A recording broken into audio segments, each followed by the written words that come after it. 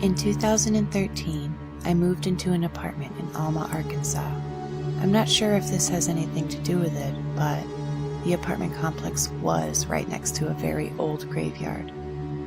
A little history on this apartment complex. I had lived there 3 times before, in 2003, 2006, and 2009. All 3 times I got the same 1-bedroom apartment, number 208. It was the only 1-bedroom available. Each time I would have strange things happen there. The first time, cabinets would open, things would be in different places, and sometimes when I'd take a shower and close my eyes, I'd see the bathroom and shower covered in blood, and blood coming out of the shower. I'd open my eyes and it'd be normal. The first time I lived there, that stuff intrigued me, and I only moved out to move in with my girlfriend. Alma has very few options for apartments, and in 2006, when my girlfriend and I split up, I had to go back to the same apartment complex. And lo and behold, the exact same day I split up with my girlfriend, the people living in number 208 moved suddenly, and for the second time, I got the same apartment as the first time. It seemed a little weird, but I just wrote it off as a coincidence. This time around, things were worse. I'd hear movement in my walk-in closet and living room at night. The shower visions were more intense, and also this was the year that the Laughing Children incident happened to me. See my other post for the Laughing Children story. And also I was living here when the sleep paralysis began a few months after the Laughing Children. My first sleep paralysis episode was terrifying. I was laying asleep next to my new girlfriend, and at about 1 a.m., I heard the DVD rack in the living room fall, and a lot of DVDs crashing to the floor.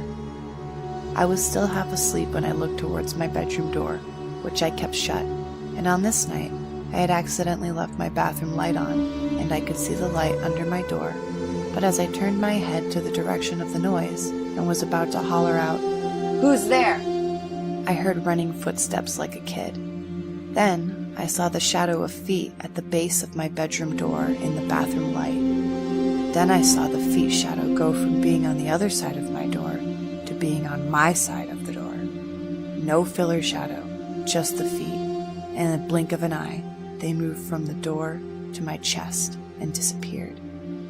This all happened so fast, I hadn't been able to move or speak, but after seeing the shadow feet on my chest, I went to shake my girlfriend awake, but I couldn't move my arms. So I went to say her name, but I couldn't speak. So in a panic, I tried to sit up, but I couldn't move at all. My eyes began to get heavy, and in a second, I was dreaming of a shadow holding me down, covering my mouth. I fought and widened my eyes, and I was still there. I am finally able to make a noise, but it's just raspy, pitiful help that was barely a whisper, and I am able to slightly move my finger and touch my girlfriend.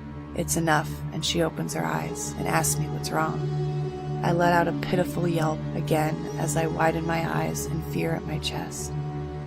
My girlfriend starts shaking me, and when I don't respond, she slaps me. In an instant, the shadow is gone, and I'm awake, able to move. My girlfriend says she never heard the DVDs crashing and didn't see the shadow. The DVDs were all still on the rack when I went to go check the living room. My girlfriend witnessed and pulled me out of 3 more sleep paralysis episodes over the next few months, right before leaving me because it all freaked her out so bad. And then I moved out. Fast forward to 2009. I had married in 2007 and had a son that same year and a daughter in 2009. But my wife and I split and I needed a place to stay. And once again, I had to go back to the same apartment complex. I couldn't afford anything better.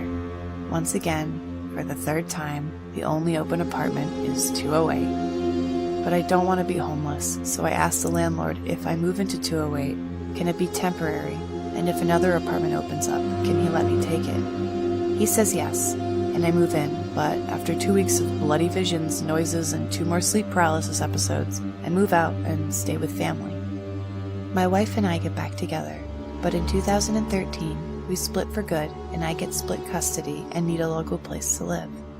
And because this time I need a 2-bedroom apartment, and knowing there is no chance of getting 208 because it's 1 bedroom, I go back to the complex and end up getting 210, which is right next to 208. The even number apartments are on the 2nd floor and odd on bottom. 210 was the only available 2-bedroom apartment, so I take it and tell myself at least it's not 208. No, nothing happens here at first, and my kids and I are really making our home. And then it begins. One night, I am in my room and it's 2:30 in the morning, and I hear my kids banging toys around and giggling in their room, and I hear their TV come on and it wakes me up. Irritated, I call out, "You guys are supposed to be asleep. Don't make me ground you." The banging and giggling stop, but I still hear TV going, and I get up and walk to their shut door, still half asleep, and say, "Okay, kiddos, I told you to go back to..." As I begin opening their door, it occurs to me that my kids are at their mom's. I had taken them back to her the evening before. A chill runs down my body as I slowly push the door to see the toys strewn all over and a cartoon playing on the TV. I turn the light on, unplug the TV, then bolt the living room, shutting their door behind me. I turn all the lights on in the apartment and sit up on the edge all night. Nothing else like this happens, but the next week while my kids were there, I'd catch my 3-year-old daughter talking to somebody when my 6-year-old son wasn't around her. So I asked her who she was talking to, and she replied, "My friend, old mom. Her kids got burned up, so she is nice to me because I look like her little girl." My daughter said this word for word, and usually she couldn't talk that plain. I immediately call her mom and ask what she's been watching over there, but her mom says, just cartoons. I once again got a chill down my entire body. My son never saw what Alexis saw. Over the next few months, my little girl continues to talk about old mom. Sometimes even pointing behind me, telling me old mom is there watching me to make sure I'm a good daddy. Very creepy. Over the past few years, my little girl has got into like spooky stuff and is fascinated with scary shows and movies. But at this time, she was only 3 and had never even seen scary stuff, so I was really getting concerned and had a hard time sleeping. Then, one night, I was reading a kid's book called The Monsters in My Closet to my kids. They lay in bed and I was sitting in a chair next to my daughter's bed. And at the end of the book, there's a page that says, for the kids reading it to draw the monster in their closet. This gave me an idea. I told my daughter to draw old mom for me. She sits up, I give her a pencil and the book, and she says, "Can you move, Daddy? She's behind you and I can't see her." I scoot away a little, and my little girl looks in the direction where I sat before and then looks down and draws a little. Looks up again, then draws some more, and continues to do this until she finishes. She hands me the picture. I look at it, and I begin to tremble, and my heart races. That weekend, we moved to an apartment in the next town over. Some might say it was her imagination and she just made up the drawing, but she was 3, and I believe if she made it up, she wouldn't have taken her eyes off the paper as she drew it. But she kept looking up as she drew, and that tells me that she was looking at old mom the whole time while drawing her. You will know why I moved after you see this drawing.